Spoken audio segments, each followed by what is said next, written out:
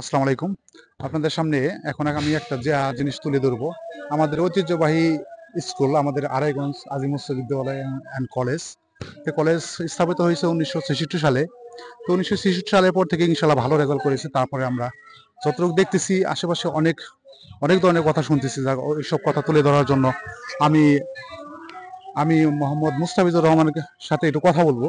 তবে দেখি সে মুস্তাফিজুর রহমানের সাথে কি বলে। আসসালামু আলাইকুম। আসসালাম। আচ্ছা, আপনি তো এই স্কুলে বহুত দিন যাবত দেখতেছেন, শুনতেছেন, তাহলে বর্তমানে আপনাদের স্কুলের পরিস্থিতি সম্বন্ধে একটু বলা যাবে? আসলে আমাদের স্কুলটা যখন প্রতিষ্ঠিত হয়েছে 1966 সালে, ঐতিহ্যবাহী আড়াইগঞ্জ আজিম হাই স্কুল, তখন কলেজ ছিল না। এখন আমরা একটা কলেজের চিন্তাধারা ছিল, কলেজের জন্য আমরা স্কুলে ছাত্রছাত্রী ভর্তি করার জন্য চেষ্টা চলছে। আর আমাদের স্কুলে 1966 সাল থেকে একটা ঐতিহ্যবাহী স্কুলের জন্য আমরা এখানে যখন ওইদিকে ওইদিকে ছোট ভাই, ওইদিকে এদিকে যাও, এদিকে বল, বল। তখন থেকে আমাদের স্কুলের একটা সুনাম, কালিয়াকৈর উপজেলার মধ্যে একটা সুনাম বয়ে আসছে। ওই সুনামটা সুনামটা অক্ষুণ্ণ রাখার জন্য আমরা অত্র ইউনিয়নের এবং বিভিন্ন গ্রামের, পার্শ্ববর্তী গ্রামের যারা আমরা আমাদের শিক্ষা অনুরাগী আছে, সমাজসেবক আছে, এরা বিভিন্নভাবে চেষ্টা করে যাচ্ছে যে আমাদের ঐতিহ্যবাহী স্কুলকে ওই আগের সুনামটা ধরে রাখার জন্য। আচ্ছা, আমি এই প্রসঙ্গে আরেকটা কথা আপনার কাছে জিজ্ঞেস করতে চাচ্ছি। অন্যান্য বছর চেয়ে বর্তমানে এই বছর রেজাল্ট, এসএসসি রেজাল্ট কেমন?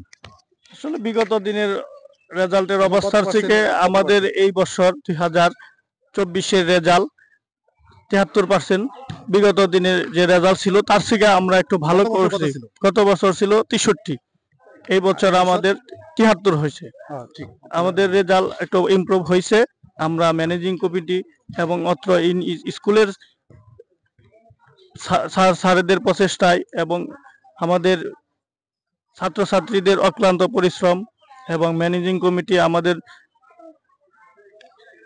স্কুলের এন্ড কলেজের আচ্ছা, আমাদের আরেকটা কথা, সভাপতি। এই মুহূর্তে আমি আরেকটা কথা আমি আপনার কাছে জিজ্ঞেস করতে চাচ্ছি, প্রশ্ন যে স্কুলের ছাত্রছাত্রী যদি ডাইনামে ক্লাস চলাকালীন অবস্থায় ড্রেস পরে ঘোরাফেরা করে, এটার জন্য আপনি কি উদ্যোগ নিয়েছেন?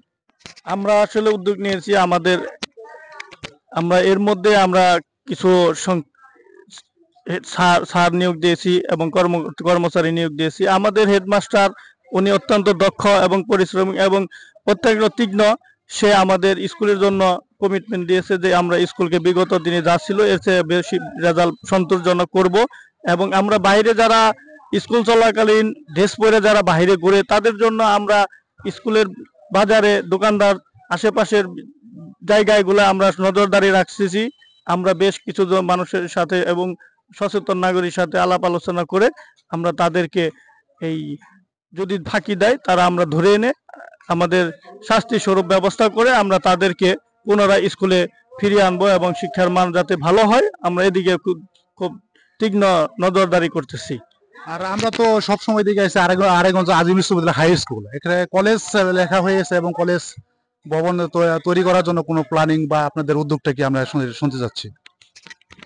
আসলে বিগত দিনে আমাদের কলেজ ছিল না, আমরা কলেজটা ইন করছি, আমরা কলেজের জন্য অনুমোদন পেয়েছি। আমরা আপ্রাণ চেষ্টা করতেছি যে আমরা কলেজটাকে যাতে চালু করতে পারি।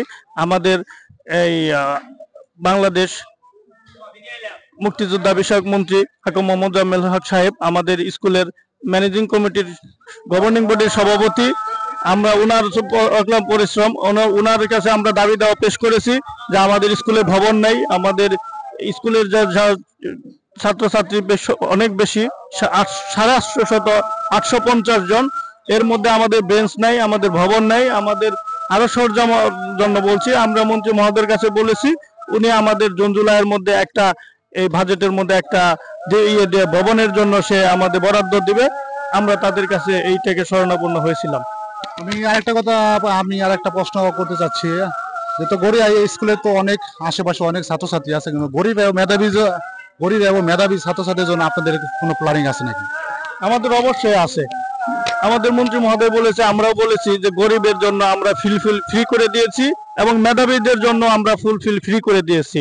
এর মধ্যে যারা কিছু সচ্ছল আছে তাদের জন্য আমরা হাব করে দিয়েছি। এর মধ্যে আমরা বেশ কিছু লোকজনকে যারা আমাদের এখানে এই বিনা পয়সায় পড়ার জন্য চেয়েছে, দরখাস্ত করেছে, আবেদন করেছে, তাদেরকে আমরা এটা করে দিয়েছি। তারা সন্তোষজনক এবং তারা শিক্ষার জন্য সে বেশ আগ্রহী, তারা খুশি।